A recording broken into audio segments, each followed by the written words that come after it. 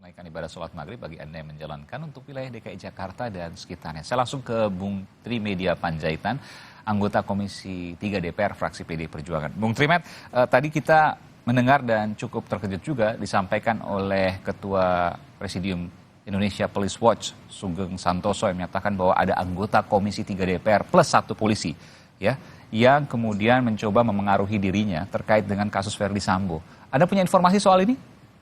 Ya, pertama seperti disampaikan Pak Aiman tadi sebelum break, ya memang saya tidak hadir tadi, tapi saya mendapat risalah rapat atau rapatnya memang ada disampaikan, tapi Pak Sugeng Teguh Santoso tidak menyebutkan nama anggota dewan. Betul. Tapi yang jelas menurut beliau. Anda tidak tahu juga namanya siapa? Atau Anda sudah mengetahui sebenarnya tapi tidak mau menyebutkan, kan begitu bisa juga? Ya saya nggak tahu ya siapa namanya, karena hanya beliau yang tahu nama yang menghubungi Pak Sugeng itu siapa. Oke. Dan di kalangan komisi sebenarnya supaya clear harusnya Pak Sugeng menyampaikan aja, dan apa yang disampaikan apakah terkait mempengaruhi itu seperti apa gitu loh. Harus dibuka. Kasus, iya, menurut saya seperti itu. Oke, karena ini Komisi 3 merasa tercederai dengan ini. Iya, kan peristiwa ini peristiwa nasional ya, peristiwa kematian dari Joshua Huta Barat ini. Bahkan ya kita lihat kalau hitungan saya sampai dengan hari ini 48 hari. Mas Aiman kita bicara terus soal Peter Sambo. Ya kita harapkan ini segera selesai, dan kita harapkan ada hal-hal yang tercecer berimplikasi soal ini ya diungkapkan aja. Dan apa yang disampaikan oleh Pak Sugeng mempengaruhi beliau seperti apa ya harusnya disampaikan saja. Dari hasil rapat kemarin hampir 1 harian ya, dari pagi sampai nyaris tengah malam gitu. 10 jam 35 menit. Betul, hampir 1 hari, hampir 12 jam, hampir tengah malam dari pagi. Apa yang didapatkan? Apakah sudah cukup semua? Dan ini kemudian selesai tinggal menunggu persidangan, atau ada hal yang masih mengganjal menurut Bung Trimet? Pertama, kita bukan kemudian seperti rame dibicarakan puja-puji kepada Kapolri, tidak gitu loh. Kalau Komisi 3 ini kan objektif ya, benar-benar enggak gitu. Bukan kita sebagian kawan-kawan kemudian puja-puji, apresiasi. Saya kira banyak juga memberikan kritikan keras kepada Kapolri. Tapi bagi saya yang mengikuti dari awal sampai akhir rapat ini, banyak hal yang bisa kita dapat dari rapat kemarin. Pertama, tentu yang sangat kita harapkan adalah komitmen Kapolri sebagaimana arahan. Pada saat saya bertanya, saya sampaikan 3 kali Saudara Kapolri menyebutkan atas arahan Presiden. Nah, yang kedua, kita memang melihat ada langkah-langkah konkret yang dilakukan sampai dengan hari ini, kemarin 47 hari ya. Nah, yang ketiga, kita juga mengkritik Kapolri supaya segera meminta Kapolri tepatnya segera melakukan bersih-bersih ke dalam itu. Dan keempat, Kapolri mau menyampaikan motifnya kemarin pada saat break yang jam 19. Lebih dalam sedikit ya, belum terungkap tuntas tapi ya, bentuknya seperti apa disebutkan misalnya terkait dengan keasusilaan. Ya, cluenya kan sudah disampaikan. Selama ini pikiran kita bahwa peristiwa awalnya itu terjadi di Jakarta, ternyata di Magelang kan. Dan bagaimana selanjutnya, ya tentu kita bisa dengarkan. Tapi kalau dari cerita kemarin, saya belum tahu apakah seserem yang disampaikan oleh Pak Mahfud, hanya yang berusia 18 tahun ke atas dewasa, yang boleh mendengarkan. Atau menjijikan misalnya dan lain sebagainya, tentu itu kan menjadi pertanyaan. Itu kan tidak. Tapi paling tidak motifnya kan kita, walaupun kalau seseorang itu sudah ditetapkan tersangka, sesungguhnya kita tidak perlu tahu lagi motifnya.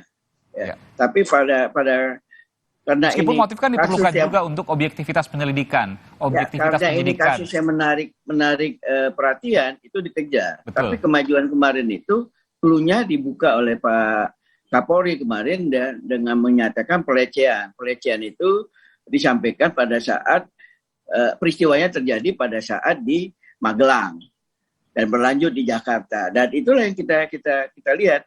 Bagi saya kalau kembali kepada ini segera dikawal kasus ini ya. Kapolri sudah menjanjikan kepada Komisi 3 bahwa akan mengawal kasus ini sampai ke persidangan. Dan sekarang ini mereka secara intensif berkoordinasi dengan pihak kejaksaan. Bahkan Kapolri optimis 2 minggu lagi bisa maksimum 2 minggu lagi bisa P21. Artinya berkas sudah lengkap karena secara informal melakukan komunikasi sehingga tidak perlu ada lagi mudah-mudahan tidak ada P19 langsung P21 ya. Sehingga kasus ini segera dilimpahkan oleh saya mengutip dan saya akan tanyakan juga ke Pak Ito soal ini.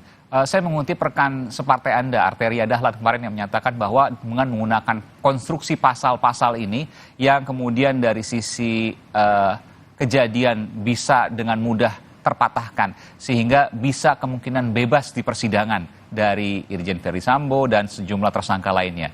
Anda punya pendapat yang sama, Bung Trimet?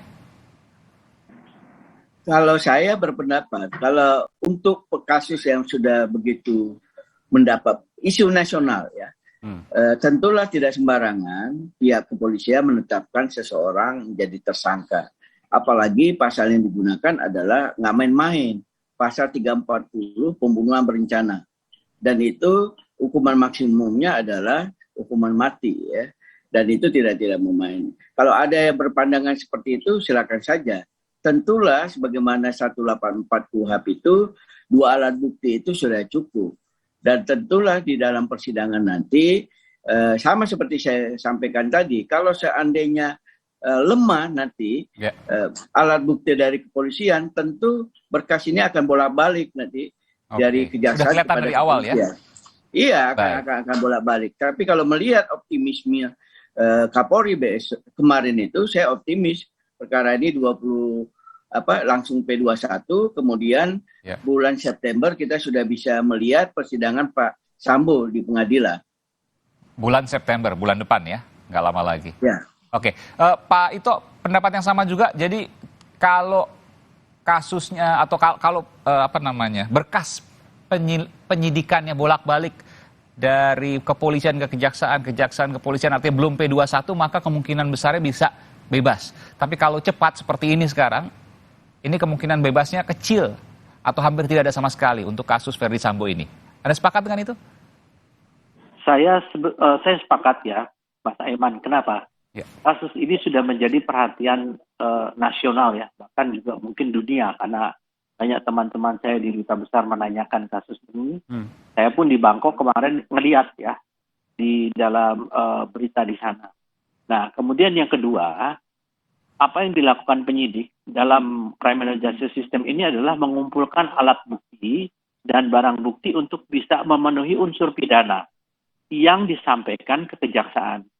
Nah, pihak jaksa penuntut umum akan menyusun rencana penuntutan. Nah, JPU yang nanti akan berjuang di pengadilan. Nah, tentunya JPU juga kan perlu jangan sampai yang akan diperjuangkan di pengadilan ini lemah dalam unsur-unsur pidananya. Nah, jadi saya kira mungkin ini dikawal oleh DPR Komisi 3, oleh dari Kompolnas dan juga masyarakat. Saya sangat yakin bahwa kasus ini akan mendapatkan satu sanksi yang berkeadilan ya bagi pihak-pihak yang mungkin menjadi korban. Meskipun Pak Mahfud sempat mengatakan harus dikawal juga nanti di proses penuntutan, termasuk juga di pengadilan. Nanti kita akan lihat bagaimana kemudian proses perkembangannya, kita cermati bersama. Tapi terima kasih atas informasinya dan juga kesediaan untuk di Kompas TV, Pak Ito Sumardi, Kabareskrim Polri 2009-2011 ya, terkait dengan kasus Ferry Sambo, dan juga anggota Komisi 3 DPR, Bung Tri Media Panjaitan dari fraksi PDI Perjuangan. Pak Ito, Bung Trimet, selamat malam, sehat selalu. Baik, terima kasih malam. Mas Imam, terima kasih Pak Ito. Terima kasih.